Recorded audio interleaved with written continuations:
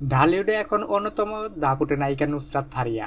এবার ঈদে মুক্তি পাওয়া সিনেমা জিন 3-তে অভিনয় করেছেন তিনি। সিনেমাটি সেভাবে আলোচনায় না হলেও আলোচনায় ছিল এর গান কন্যা। গানের পারফরমেন্সে নুসরাতকে দেখে বেশ মজে উঠেছিল দর্শকেরা। কিন্তু পর্দার বাইরেও নিজেকে নানা রূপে ধরা দেন নুসরাত ফারিয়া। বলা বাহুল্য, আকর্ষণীয় গড়নে ভক্তদের মনে জ্বর তুলতে জুড়ি নেই এই নায়িকার। এবারও তাই করলেন, রীতিমতো নিজেকে সাহসী অবতারে ধরা দিয়ে জ্বর তুলেছেন ভক্তদের মাঝে। এখন অনেকটা ছুটির আমেজেই দিন কাটাচ্ছেন তিনি।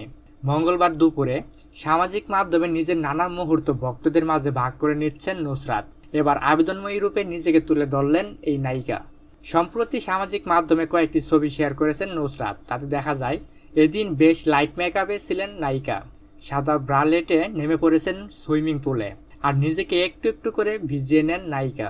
এ সময় ক্যামেরায় বিভিন্ন পোজ দেন নুসরাত। শরীরের অর্ধেকটা জলে ডুবিয়ে নিজেকে যেন করে তুলেছেন আরো উষ্ণ ও আবেদনময়ী।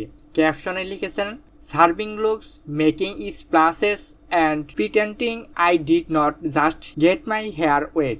নুসরাতের লাবণ্যময়ী এই লুক রীতিমতো ঝড় তুলেছে সোশ্যাল মিডিয়ায়। তবে ভক্তরাও মিশ্র প্রতিক্রিয়া ব্যক্ত করেছেন। কেউ বলেছেন বেশি সাহসী, আবার কেউ লিখেছেন এত খোলামেলা হওয়ার প্রয়োজন নেই।